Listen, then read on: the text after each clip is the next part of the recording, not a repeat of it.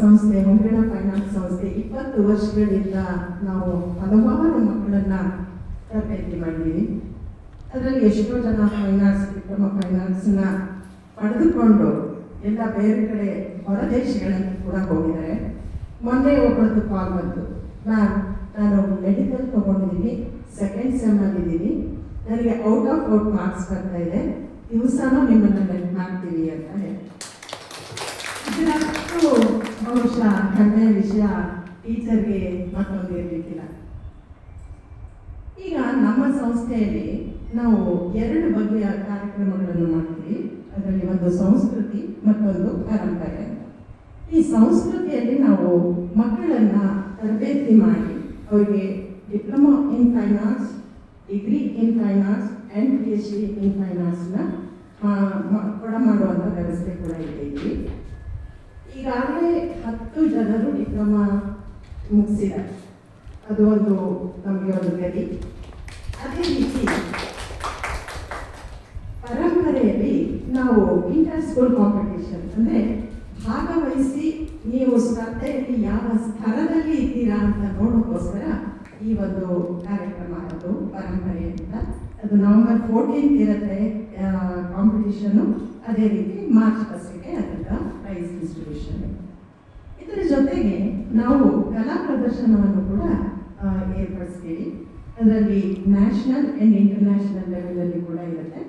ಈ ಸಲ ಕೂಡ ನಾವು ನ್ಯಾಷನಲ್ ಮತ್ತು ಇಂಟರ್ನ್ಯಾಷನಲ್ ಲೆವೆಲ್ ಎರಡಕ್ಕೂ ನಮ್ಮ ಈ ಹೊಂಗಡ ಫೈನಾನ್ಸಿಂದ 15 ಮಕ್ಕಳು ತಮ್ಮ 30 ಕೃತಿಗಳನ್ನು ರಾಜಸ್ಥಾನ್ ಪಿಂಕ್ ಸಿಟಿ ಅಂತಲೇ ಫೇಮಸ್ ಆಗಿರುವಂತಹ ಜೈಪುರದಲ್ಲಿ ಜವಾಹರ್ಲಾಲ್ ಕಲಾ ಕೇಂದ್ರ ಈ ಒಂದು ಆರ್ಟ್ ಗ್ಯಾಲರಿನಲ್ಲಿ ಏರ್ಪಡಿಸಿದ್ರು.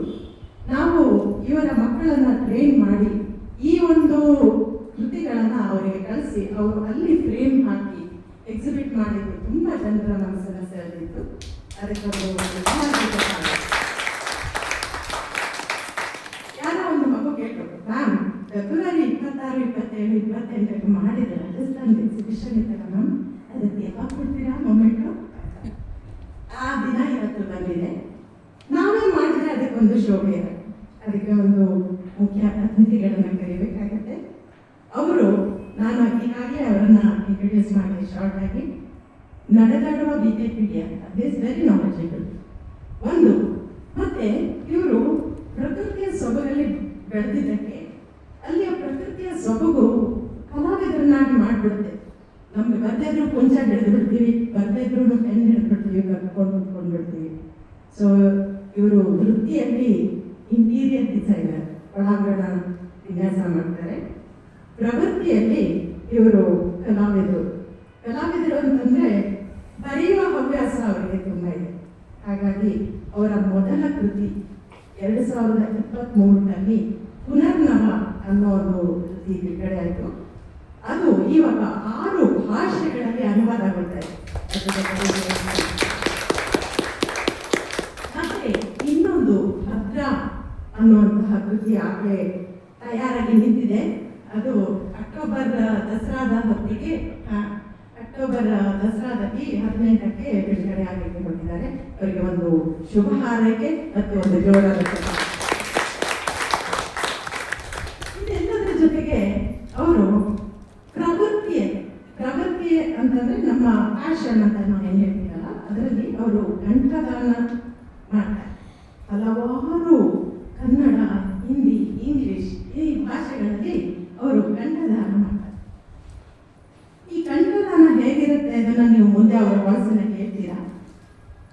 ಇನ್ನೊಂದು ತುಂಬ ಹೆಗ್ಗಳಿಕೆಯ ವಿಷಯ, ಇದಕ್ಕೆ ಜೋರಾದ ಚಪ್ಪಾಳೆ ನಾನು ಹೇಳಿದ್ಮೇಲೆ ಆಯ್ತಾ. ಇವರು ನಮ್ಮ ಮಾನ್ಯ ಪ್ರಧಾನಮಂತ್ರಿ ನರೇಂದ್ರ ಮೋದಿ ಅವರಿಗೆ ಅಧಿಕೃತ ಕನ್ನಡ ಧ್ವನಿ.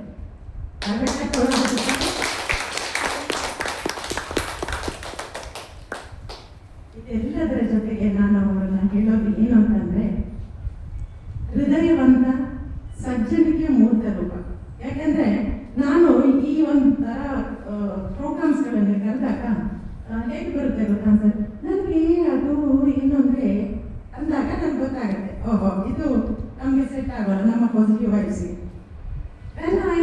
ನಾನು ಫಾಲೋ ಮಾಡಿಲ್ಲ ಅವ್ರಿಗೆ I messaged him that will you be our guest for our program for coming event? Yes. Anything for kids ಅಂತ ಹೇಳಿ. This is a wonderful thing and I appreciate you. ಹಾಗೆ ಮಲೆನಾಡಿನ ಯುವಕ ಅಂತಾನೆ ಹೇಳ್ತೀನಿ, ಯಾಕಂದ್ರೆ ಇಷ್ಟು ಆಕ್ಟಿವ್ ಆಗಿದ್ದಾರೆ. ಸೊ ಅವರೇ ಯಾರು ಅಲ್ಲ, ಸಚಿನ್ ನಾಯಕ್ ಅವರು ಇವತ್ತು ನಿಮಗೆಲ್ಲ ಪ್ರಶಸ್ತಿ ಮತ್ತು ಸರ್ಟಿಫಿಕೇಶನ್ ಕೊಡೋಕ್ಕೆ ಇಲ್ಲಿ ನಿಮ್ಮ ಮುಂದೆ ಇದ್ದಾರೆ. ನಾನು ಅವ್ರನ್ನ ಹೃದಯಪೂರ್ವಕವಾಗಿ ಸ್ವಾಗತಿಸ್ತೀನಿ. Thank you. ಅದೇ ರೀತಿ